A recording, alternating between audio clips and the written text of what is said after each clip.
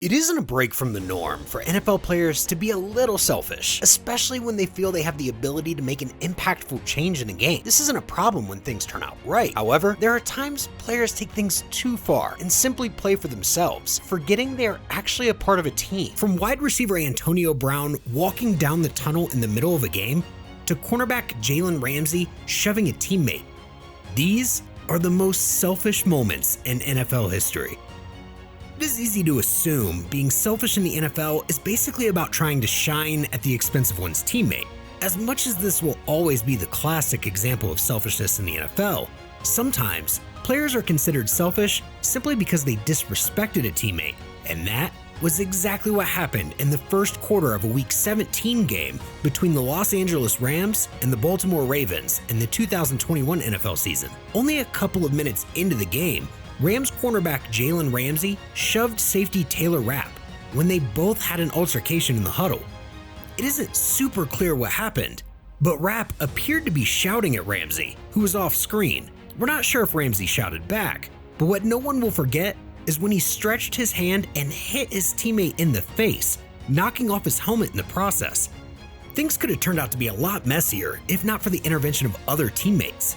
Safety Jordan Fuller and defensive end Agbanya Okoronkwo held back Rapp, while linebacker David Long Jr. tried holding back Ramsey. Although Ramsey's selfishness was quite a distraction, it didn't stand in the way of the Rams, as they went on to win this game 20-19 in the last minute of the game, after Odell Beckham converted a 7-yard touchdown pass. Also, both players quickly put the incident behind them and communicated better throughout the rest of the game. Of course, no member of the Rams were happy about Ramsey punching his teammate. However, they excused his actions as him simply being very passionate, and the fight was simply a mix-up between brothers. Ramsey was perhaps simply a little too passionate when he threw a punch at his teammate.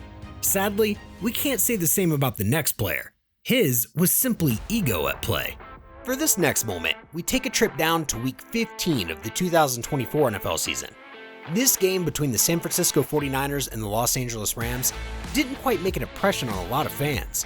However, there is one moment in this game that will never be forgotten, and that was when 49ers linebacker De'Vondre Campbell Sr. decided to prove to the league that he wasn't a player that could be counted on.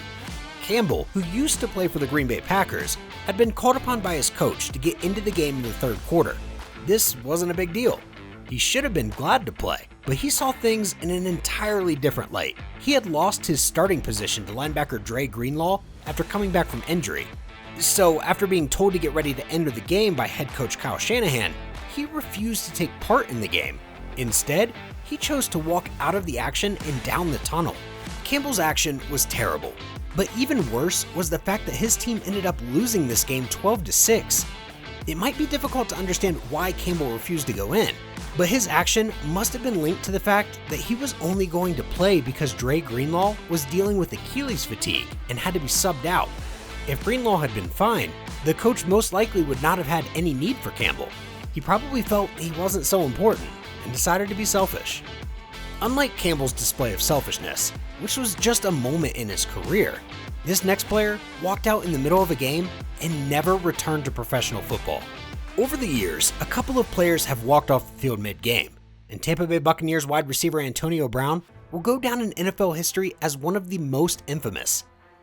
In a Week 17 game between the Tampa Bay Buccaneers and the New York Jets in the 2021 NFL season, Brown decided it was time he ended his career.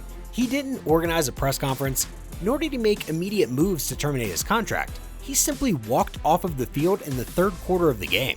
It might be difficult to understand why a Super Bowl winner would walk out of a game. Nonetheless, the simple explanation for this is he was selfish and didn't think about the effect of his actions on his team and teammates. However, the former wide receiver felt he had a reason to do what he did.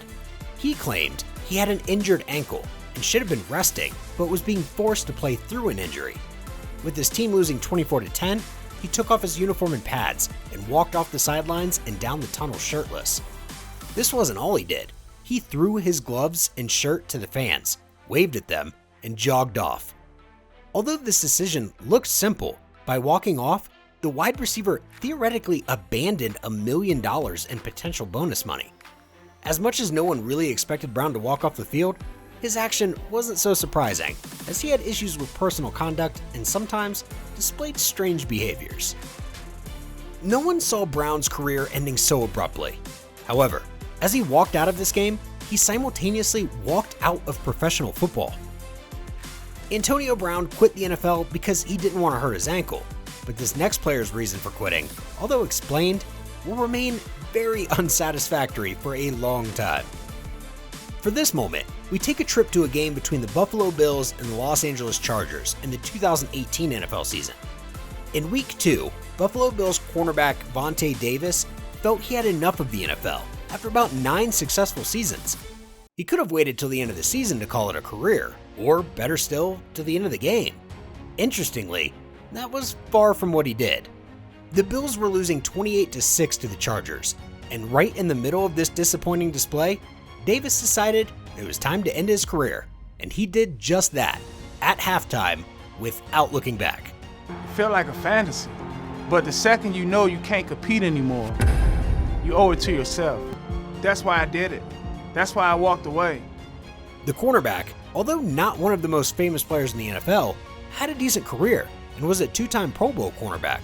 A year after this infamous incident, ESPN released an article that stated that Davis's mind caught up with his body right in the middle of the game, and it was right there he realized he didn't have much to offer. Interestingly, after leaving this game at halftime, Davis never played professional football again. In 2024, it was reported he had passed away. Rest in peace, De'Vondre Davis.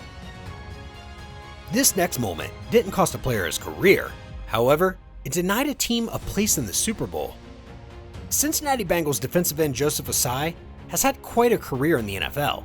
Nonetheless, he isn't proud of every single moment in his career.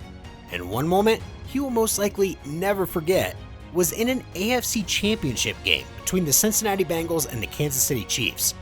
Very late in the fourth quarter, Ossai hit Chiefs quarterback Patrick Mahomes for apparently no reason.